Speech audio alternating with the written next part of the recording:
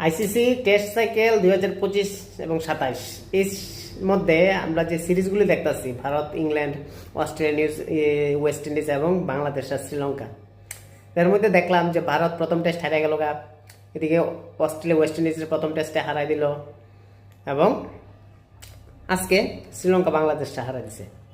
এই সে অবস্থা চলতেছে, অর্থাৎ যার ফলে শ্রীলঙ্কা আজকের ম্যাচ খুব দারুণভাবে জিতছে এবং ইনিংসে জিতছে।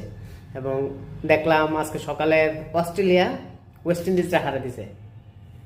এই সে ওয়ার্ল্ড ক্রিকেটের নিউজ। কিন্তু ইন্ডিয়া এখন পর্যন্ত একটা ম্যাচও জিততে পারছে না, একটা ম্যাচই খেলছে এবং সেকেন্ড ম্যাচ শুরু হয়েছে বোকা।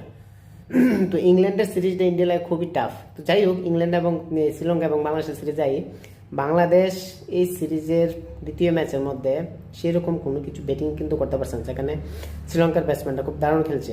প্রথম ইনিংসে 247 রানে উইকেট ডাউন হয়েছে এবং সেকেন্ড ইনিংসে 144 রানে wicket down. As a result Sri Lanka একটা ইনিংস এবং 78 রানে বাংলাদেশে হারিয়ে দিছে।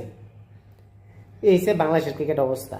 একটা ম্যাচও তারা এতে কিছু করে জিততে পারে না, বড় বড় কথা বলে। বাট অন্যদিকে যদি আমি ওয়েস্ট ইন্ডিজ আর অস্ট্রেলিয়ার ম্যাচের দিকে দেখি, সেদিকে কিন্তু অস্ট্রেলিয়া ফার্স্ট ইনিংসের মধ্যে কম রানস করার পরেও এবং 10 রানের ট্রেল থাকার পরেও কিন্তু তারা ম্যাচ জিতছে। শেষের দিকে খুব অন্যবদ্ধ ব্যাটিং করছে ওয়েবস্টার, ট্রেভিস হেড যে ব্যাক টু ব্যাক 50 করছে এবং অ্যালেক্স ক্যারি যে শেষের দিকে রানটা করতে পারছে। এজ এ রেজাল্ট তারা 280+ মতো একটা স্কোর টার্গেট ওয়েস্ট ইন্ডিজে সেকেন্ড ইনিংসে করা লাগে দিছে, বাট ফোর্থ ইনিংসে করা লাগছে, বাট এটা করতে পারছে না। ওয়েস্ট ইন্ডিজ হাইরে গেছে, খুব টাফ হয়েছে প্রথম ইনিংসে অস্ট্রেলিয়ার ব্যাটিং করতে। তো যাই হোক, এবার এই ভারতের মধ্যে, ভারত এবং ইংল্যান্ডের মধ্যে যে সিরিজটা শুরু হবে সেকেন্ড ম্যাচ, সেখানে কিন্তু মোস্ট প্রবাবলি ভারত এই ম্যাচ হারতে পারে, কেননা ইন্ডিয়ার বোলিং লাইন আপ তো খুবই খারাপ। বুমরাহ খেলতে পারে না মোস্ট প্রবাবলি, জোফরা আর্চার আইতাছে।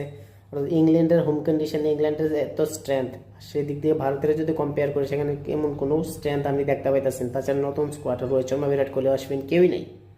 তো সেদিক থেকে ভারত কতটুকু সেকেন্ড ম্যাচের মধ্যে সাকসেস ভিডিও দেখার বিষয়। তাছাড়া একটা নিউজ পাইতেছি যে 27 তারিখ, আগামী 27 তারিখ নাকি গৌতম গম্ভীরের নিয়ে সেরা মিটিং বইব, যেখানে তার ফিউচার টেস্ট ক্রিকেট, তার ফিউচার কোচিং ফিউচার নিয়ে কথা বলা হতো।